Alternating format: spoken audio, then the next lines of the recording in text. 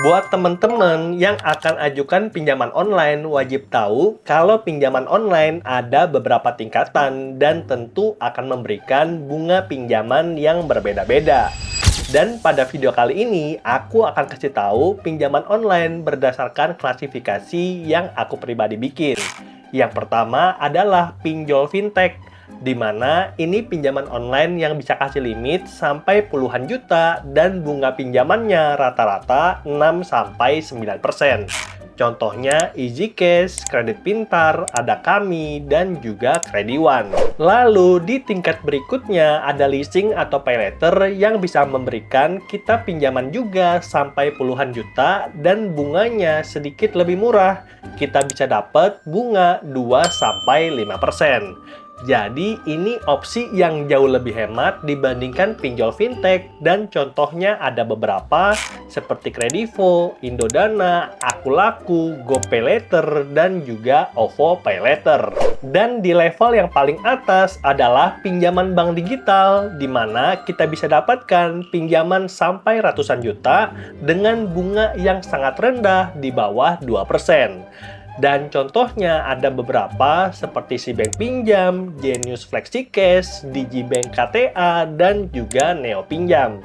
Dan aku pribadi udah pakai semuanya dan aku sempat bahas di video yang ini ketika aku kasih rekomendasi pinjaman bank digital. Lalu pada video kali ini aku akan fokus bahas tentang Neo Pinjam yang baru aja kasih kenaikan limit yang signifikan kepada akun Android One.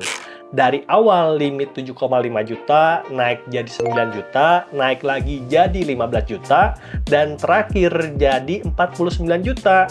Dan ini adalah limit yang sangat tinggi dibandingkan pinjaman online yang biasa. Nah, buat teman-teman yang tertarik, bisa download Neo Pinjam di Play Store, Apple Store, atau pakai link yang ada di deskripsi. Lalu tentunya nggak afdol kalau kita bahas tentang fitur dan benefit dari pinjaman bank digital tanpa bahas resikonya. Dan pada video kali ini kita akan bahas tentang resiko ambil pinjaman di Neo Pinjam dengan mengangkat kasus dari media konsumen yang ditulis oleh Kak Laurentius pada tanggal 7 Desember 2025 tentang menunggu penyelesaian atas pinjaman fiktif yang nggak pernah saya ajukan. Bagaimana kisahnya? Yuk kita bahas. Jadi ini adalah surat kedua dan surat pertama yang ditulis oleh Kak Lauren itu udah cukup lama pada tanggal 14 April 2025. Jadi di surat pertama Kak Lauren itu menceritakan bahwa tiba-tiba ditelepon oleh debt collector yang mengklaim bahwa saya punya pinjaman sebesar 15 juta di Bank Neocommerce padahal saya nggak pernah mengajukan pinjaman tersebut. Dan sebenarnya di tanggal 23 April 2025 dari Bank Neocommerce juga udah balas dan menindaklanjuti dengan telepon langsung ke Pak Laurentius. Nah, masalahnya kok bisa nih sampai bulan Desember Pak Laurentius menulis kembali surat di media konsumen? Ada apa sih antara Bank Neocommerce dengan Pak Laurentius? Yuk kita bahas. Jadi ternyata walaupun sudah dibalas di bulan April oleh Bank Neocommerce di bulan Desember, nah Pak Lauren masih menunggu etikat baik dan penyelesaian pihak Bank Neocommerce terkait masalah penipuan dan pencurian data.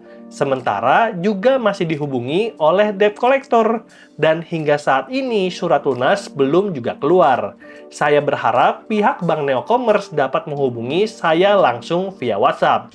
Saya menegaskan bahwa saya tidak pernah mengajukan pinjaman baik ke pihak Bank Neocommerce maupun ke Akulaku, tetapi data saya bisa diakses, akun baru bisa dibuka, dan menggunakan ponsel yang berbeda. Dan setelah uangnya dicairkan, katanya akan masuk ke rekening atas nama saya dan langsung dipindahkan ke bank lain, yaitu Muamalat, dan ponsel saya dikejar sebagai kontak darurat. Jadi ternyata kalau kita lihat di email korespondensi, ini udah kejadian sejak 28 Oktober 2024, di mana ada pencairan dana ke Bank Muamalat, yang mana ini ternyata adalah rekening fiktif. Makanya Pak Lauren itu mempertanyakan, ini modus apa ya? Sistem keamanan internal bank yang kacau, tetapi konsumen yang menjadi korban. Pihak Bank Neocommerce juga sudah mengirimkan email mengenai proses penyelesaian penutupan dan surat lunas, tetapi hingga kini belum ada lampirannya. Ini adalah permainan dan modus yang luar biasa untuk mencari uang dengan cara yang kasar dan ditulis oleh Pak Laurentius di Jakarta Timur. Nah, ini bukti email dari Bank Neocommerce ya. Jadi saat ini Bank Neocommerce dalam proses internal untuk mengajukan penutupan fasilitas Neo Pinjam yang mana merupakan pelunasan dari status pinjaman. Surat keterangan lunas akan segera diterbitkan setelah status pinjaman berhasil ditutup. Jadi dari bulan April, Mei, Juni, Juli, Agustus, September, Oktober, November, Desember, 8 bulan nih. Pak Lauren masih menunggu. Apakah memang selama ini ya? Jadi aku pribadi memang menjadi pengguna di Neo Pinjam dan sampai saat ini itu belum ada masalah sama sekali. Dan walaupun begitu, aku tetap menyarankan kepada teman-teman untuk berhati-hati dalam menggunakan aplikasi pinjol. Dan sekarang itu banyak banget modus hack untuk mengambil data kita.